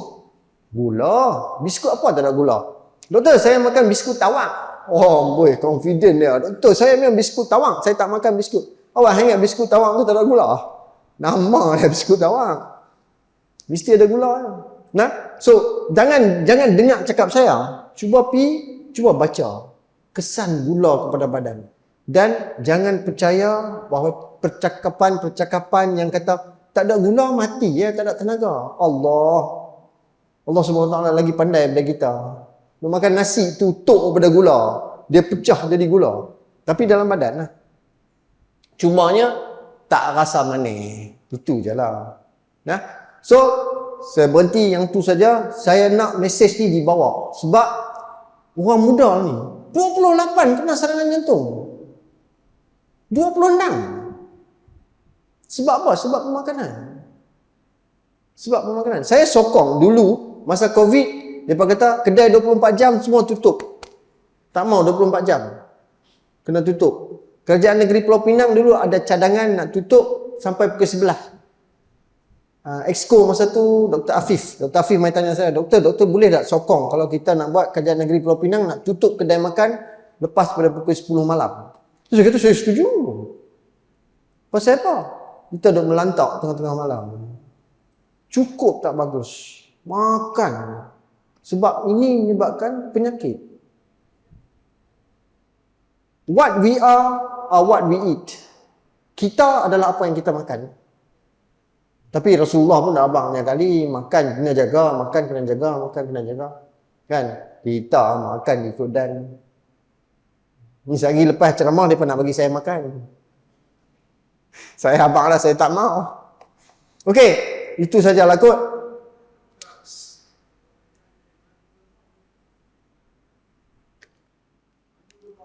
Oh, Haji tanya madu lebah. Soalan yang selalu ditanya lah. Okey. Yang ni saya tak ada pertikaian langsung. Sebab apa? Dalam Quran. Quran kata apa? Di antara benda penyakit ubat yang paling bagus adalah madu. Okey? Tidak ada penyakit yang tiada ubat kecuali maut dan tua. Okey? Maut dan tua. So, dan ubat penawar paling bagus adalah madu. Tapi apa persoalannya? Bukan saya cakap. Menurut kajian Sirin, 80% daripada madu yang dijual di Malaysia. Jangan cerita pasal madu Yaman lah, madu apa. Saya dengar cerita mereka pun bohong lah. Madu Yaman lah apa. Madu Malaysia, 80% di pasaran adalah madu yang dicampur gula. So nak dapat madu asli 20%. Nak pergi cari tang mana? Masuk hutan. Tak tahulah. Kalau Haji kata, dah ni mereka bawa turun ni bagi kat saya. Alhamdulillah. Sebab saya pun mau. Tapi nak dapat tu lah susah. Jangan tanya saya pasal madu kelulut, saya tak tahu. Saya cerita pasal madu lebah lah. Madu kelulut ni semua, wallahualam. Tapi kalau nak tanya, Dato' madu lebah asli. Quran kata bagus. Takkan aku nak kata tak bagus kot. Siapa aku ni? Walaupun sains kata mungkin lah. Tapi sains tak ada masalah kot. Madu tak ada masalah. Kena asli lah. Nah? Haji lah? So, saya sudahi lah kot dulu. Kecuali ada apa-apa soalan yang nak kena tanya sangat-sangat. Tak ada kot no. So, saya sudahi dengan menyusun 10 jari, minta maaf sebab kalau ada apa-apa silap terkasar bahasa memang dari saya. Apa yang baik dari Allah Subhanahu Wa Taala. Saya sudahi dengan wabillahi taufik wal hidayah. Wassalamualaikum warahmatullahi taala wabarakatuh.